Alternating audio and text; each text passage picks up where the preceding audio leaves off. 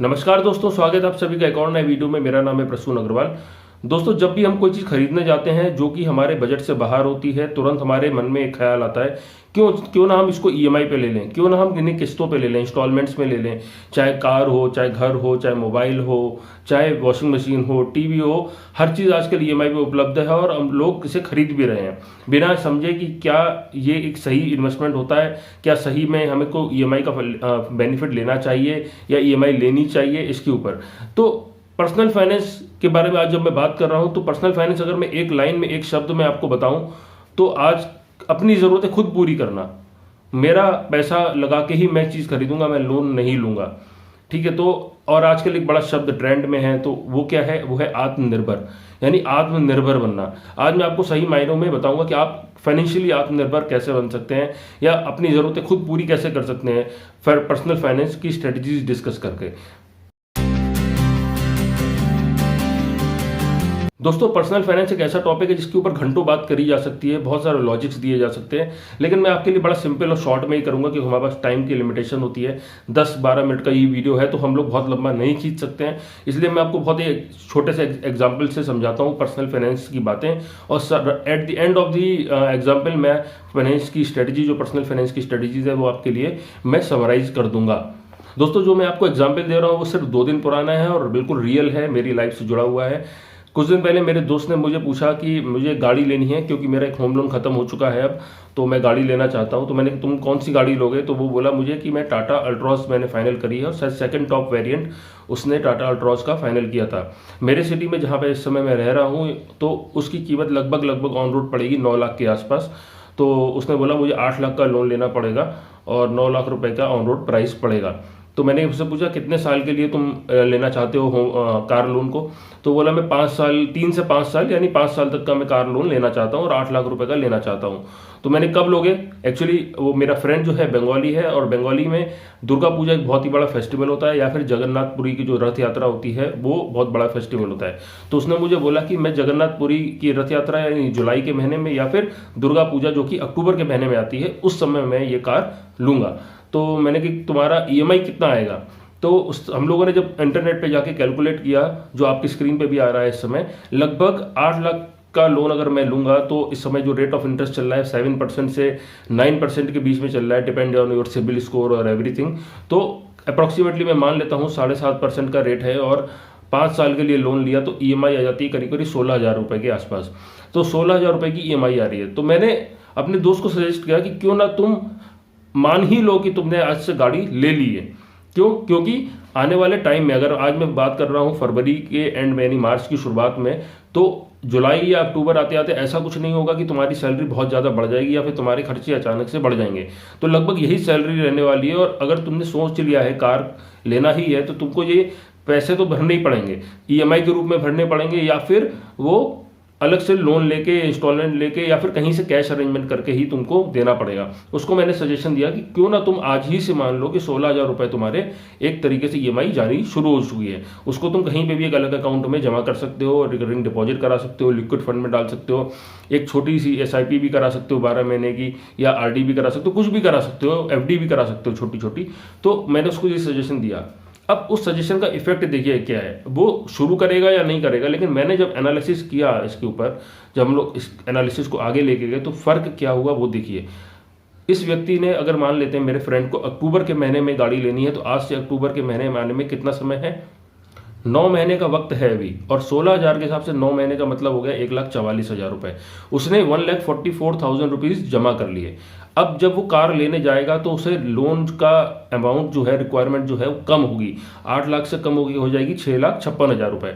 अब उसका फर्क देखिए क्या हुआ, उसकी जो ईएमआई पहले 16,000 रुपए आती थी, अभी आ जाएगी 13,000 रुपए, और जो इंटरेस्ट वो टोटल कॉस्टिंग देने वाला था, वो जो 1,61,000 से आ जाएगा गिर के 1,32,000 इंटरेस्ट आ जाएगा। तो लगभग 30,000 रुपए का इंटरेस्ट की बचत हो गई। प्लस अभी वो 1,44,000 रुपए जो उसने इन्वेस्टमेंट किया होगा, उस पर भी तो उसने कुछ ना कुछ तो कमाया ही होगा। कुछ भी नहीं मानूं, अगर उसने व्यक्ति ने 4-5% का भी अर्निंग की है, और अगर वो इसको मैं ऐड नहीं भी कर तो भी इसने 30,000 रुपए बचाए, प्लस अपनी फंडिंग रिक्वायरमेंट, अपना लोन का बोझ भी कम किया, और इसका लोन भी जल्दी खत्म हो जाएगा अब। तो अब यहाँ पे हमें समरी क्या मिलती है कि मेरे दोस्त की ना ही इनकम बढ़ने वाली थी लॉन्ग टर्म में, ना ही एक्सपेंडिचर बढ़ने वाले थे करंट सिनेरियो में, लेकिन वो एक प्लान कर रहा था खर्चा, जो कि अक्टूबर के महीने से शुरू होना पक्का था। यानी अक्टूबर के महीने से शुरू होना उसका पक्का था और 16,000 रुपए की ईएमआई शुरू हो जाती। तो क्यों ना हम आज ही वो ईएमआई शुरू कर दें। हमारा 7% का इंटरेस्ट बचेगा, 7.5% का इंटरेस्ट बचेगा हमारा, साथ में उस समय लोन का बोझ भी मेरे ऊपर कम आएगा। तो अब मैं आपके लिए पर्सनल फाइनेंस की शॉर्ट टर्म गोल्स के लिए स्ट्रेटजीज को समराइज करता हूं, फिर मैं आपको आपकी लाइफ को लेके पर्सनल फाइनेंस की स्ट्रेटजीज बताऊंगा। पहली स्ट्रेटजी है गोल, विजन और ड्रीम। आपने कुछ भी गोल देखा होगा, विजन देखा होगा, ड्रीम देखा होगा जो शॉर्ट टर्म के लिए होगा, जैसे कि मुझे गाड़ी लेनी है, मुझे घर लेना है, या फिर मुझे कोई लॉन्ग ट्रिप मारनी है। अभी इंडिया में लोग बाइक खरीदने का, बाइक का शौक बहुत बढ़ गया, तो बाइक खरीदनी है या फॉरेन ट्रिप मुझे करनी है।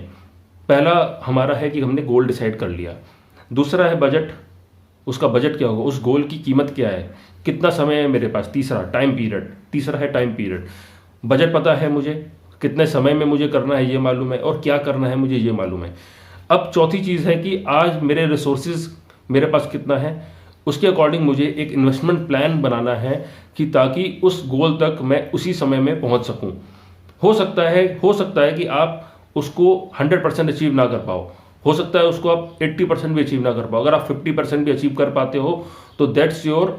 सबसे बड़ी बात है कि आप जब अपना गोल अचीव करने जाओगे तो आपको 50% सपोर्ट, बैकअप सपोर्ट आपके पास ऑलरेडी जनरेट हो चुका होगा। आपको 100% बैकअप, 100% रिक्वायरमेंट का अरेंजमेंट नहीं करना है, आपको सिर्फ 50% के लिए करना है। अगर कहीं आप 80% या 100% तक पहुंच गए तो फिर तो विन विन सिचुएशन है आपके लिए।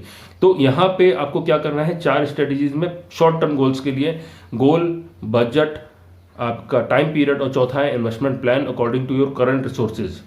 दोस्तों अब मैं आपको बताता हूं personal finance strategies for life, जो हर एक व्यक्ति को अपने जीवन में करनी चाहिए, हर एक व्यक्ति को पालन करनी चाहिए और उसको इंप्लीमेंट करना चाहिए। पहला है बजट। बजट हर एक चीज़ का पार्ट है, चाहे आप शॉर्ट टर्म लो, लॉन्ग टर्म लो, क्योंकि सब कुछ पैसे से ही बनता है। आज मेरे पास जो रिसोर्सेज है, आज मेरे पास जो पैसा है, वही मेरा बजट है। सपोज मेरे हाथ में 60,000 रुपीज़ पर मंथ की सैलरी आती है, तो that's my budget. 60,000 per month में ही मुझे सब कुछ करना है, तो मेरा बजट वही हो गया। उसके बाद आपको क्या करना है, सबसे नंबर 2, इमरजेंसी फंड्स। आपको इमरजेंसी फंडिंग क्रिएट करनी है, अपना एक फंड क्रिएट करना है। इमरजेंसी फंड किस लिए होता है, जनरली आपकी जॉब चली जाए, कोई मेडिकल सिचुएशन हो जाए, और अभी कोविड जैसा पीरियड सबसे बड़ा एग्जाम्पल है आपके लिए कि आपके पास इमरजेंसी फंड होना ही चाहिए। जहाँ बहुत सारी सैलरी कट्स हो गए, जहाँ बहुत सारी जॉब्स चली गई, तो हमारे पास इमरजेंसी फंड होना ही चाहिए। तो इमरजेंसी फंड।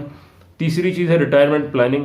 रिटायरमेंट प्लानिंग बहुत ज़रूरी है, लोग नहीं करते हैं और लोग बहुत देर से जागते हैं, 50-55 में जागते हैं कि मेरे पास तो कुछ पैसा ही नहीं बचा, मैंने अपने बच्चों के ऊपर खर्च कर दिया, या फिर मैंने खुद अपने घूमने में, खाने पीने में ही उड़ा दिया सारा पैसा, और मेरे पास ना घर है, ना गाड़ी है, ना बैंक बैलेंस है, तो मैं क्या करूँगा रिटायरमेंट के बाद। और एज फैक्टर के अकॉर्डिंग आपको जॉब भी नहीं मिलेगी, तो रिटायरमेंट प्लानिंग बहुत ज़्यादा जरूरी है। चौथा नंबर है टैक्स प्लानिंग। टैक्स प्लानिंग में बेसिकली लोग टैक्स प्लानिंग और टैक्स इवेजन में कंफ्यूज हो जाते हैं। यहाँ पे टैक्स प्लानिंग की बात कर रहा हूँ। क्या क्या रिसोर्सेज, क्या क्या लॉ है इंडिया के अंदर, उसके अकॉर्डिंग आप अपनी टैक्स प्लानिंग कर सकते हैं, ताकि आपका टैक्स कम कटे और आपका एक लॉन्ग टर्म इन्वेस्टमेंट प्लान भी रेडी हो जाए। उसके बाद आता है short term goals. Short term goals को मैंने ऊपर कवर किया है, लेकिन ये आपको जिंदा रखने के लिए, अगर हम लोग सिर्फ पैसे को बचाना ही सीखेंगे तो हम जिंदगी नहीं जी पाएंगे, और आप at the point of time होगे निराश हो जाओगे, डिप्रेस हो जाओगे। अगर आप कहीं, मान लीजिए मैं बोलता हूँ, आपकी 60,000 रुपए की सैलरी में 10-15 हज़ार रुपए खाने पीने की बात निकाल के रिमेनिंग 45,000 आपको सिर्फ बचा के रखना है। तो बचा के भी क्यों रखना है अगर हम जिंदगी ही नहीं जी पाएंगे। तो शॉर्ट टर्म गोल्स आपको जिंदा रखते हैं, आपको मोटिवेट करते हैं, चाहे वो घूमने को लेके हो, चाहे वो कपड़े को लेके हो, आपको पैम्पर करने के लिए, खुद को अच्छा रखने के लिए, फील गुड कराने के लिए जरूरी है शॉर्ट टर्म गोल्स, जो सबकी लाइफ में होना चाहिए। छठा है, 6 पॉइंट है जो कि बहुत ज्यादा जरूरी है, reduced outside debts. Reduced outside debts का मतलब ये हुआ, या तो आपको लोन लेना ही ना पड़े, और लोन लेना पड़े तो बहुत कम पोर्शन के लिए लेना पड़े, बाकी सब आप अपना सेल्फ फाइनेंस या पर्सनल फाइनेंस कर पाओ। तो ये बेसिकली आपके पर्सनल फाइनेंस स्ट्रेटजीज हैं जो लाइफ में हमको करनी ही करनी है, हमको इम्प्लीमेंट करनी ही करनी है। दोस्तों हमने फंड तो अलग कर लिया, हमने अपने बजट से फंड अलग कर लिया। मान लो 60,000 रुपए में से मैंने घर के खर्चे 15,000 जो शॉर्ट टर्म का हमारा खर्चा है वो निकाल दिया। रिमेनिंग 45,000 को मैंने इमरजेंसी फंड, रिटायरमेंट फंड, ये सब फंड बना के मैंने अलग भी कर लिया। लेकिन मैं उसको रखूं कहाँ, मैं क्या बैंक में रखूं, क्या मैं म्यूचुअल फंड में रखूं, क्या मैं एसआईपी के थ्रू म्यूचुअल फंड में जाऊं, चाहे क्या मैं शेयर्स में जाऊं, क्या मैं गोल्ड में जाऊं, क्या मैं प्रॉपर्टी में जाऊं, किस में जाऊं, मैं कहां पैसा लगाऊं। ये क्वेश्चन बहुत ही ज़्यादा जरूरी है, क्योंकि यही तय करेगा कि आपकी कैपिटल एप्रिसिएशन होगी कि नहीं, आप इन्फ्लेशन को बीट कर पाओगे या नहीं, आप लॉन्ग टर्म में आप अपने अपने पोर्टफोलियो को वेल्थियर कर पाओगे कि नहीं, तो ये या फिर टैक्स बचा पाओगे कि नहीं। तो ये सारी चीज़ें बहुत ही ज़्यादा जरूरी हैं फंडिंग को लेकर। अगर आपने फंड निकाला भी है तो उसको रखना कहाँ है, ये और बड़ा क्वेश्चन आ जाता है हमारे सामने। दोस्तों, अगर आप अच्छे आईटी इंफ्रास्ट्रक्चर की कंपनी के साथ डीमैट और ट्रेडिंग अकाउंट खुलवाना चाहते हो तो एंजल ब्रोकिंग आपको ऑफर कर रहा है 0 brokerage for 30 days and free margin trading for 30 days. अगर ये ऑफर केवल 31 मार्च तक है और लिंक जो है वो है डिस्क्रिप्शन में, जाके चेक करो। दोस्तों, कैसा लगा ये वीडियो बताइएगा जरूर। कोशिश करिए मैंने आपको समझाने के लिए कि पर्सनल फाइनेंस क्या होता है, कैसे आप एक लोन के जंजाल और ईएमआई से बच सकते हैं। अगर आपको वीडियो अच्छा लगा है, आपको क्या कर देना है, लाइक कर देना है, शेयर करना है, कमेंट्स करने हैं अपने थॉट्स, क्वेश्चंस, पर्सनल फाइनेंस के बारे में आप क्या समझते हो। अगर आपको ये वीडियो इंटरेस्टेड लगा है या इसका सेकंड पार्ट भी मैं लेके आऊँ तो मुझे कमेंट में जरूर बताना। लाइक करना और क्या करना है, आपको सब्सक्राइब करके बेल आइकन जरूर प्रेस कर देना है। मिलूंगा आपसे मैं फिर एक और नए वीडियो में। तब तक के लिए जय हिंद, वंदे मातरम, बाय बाय।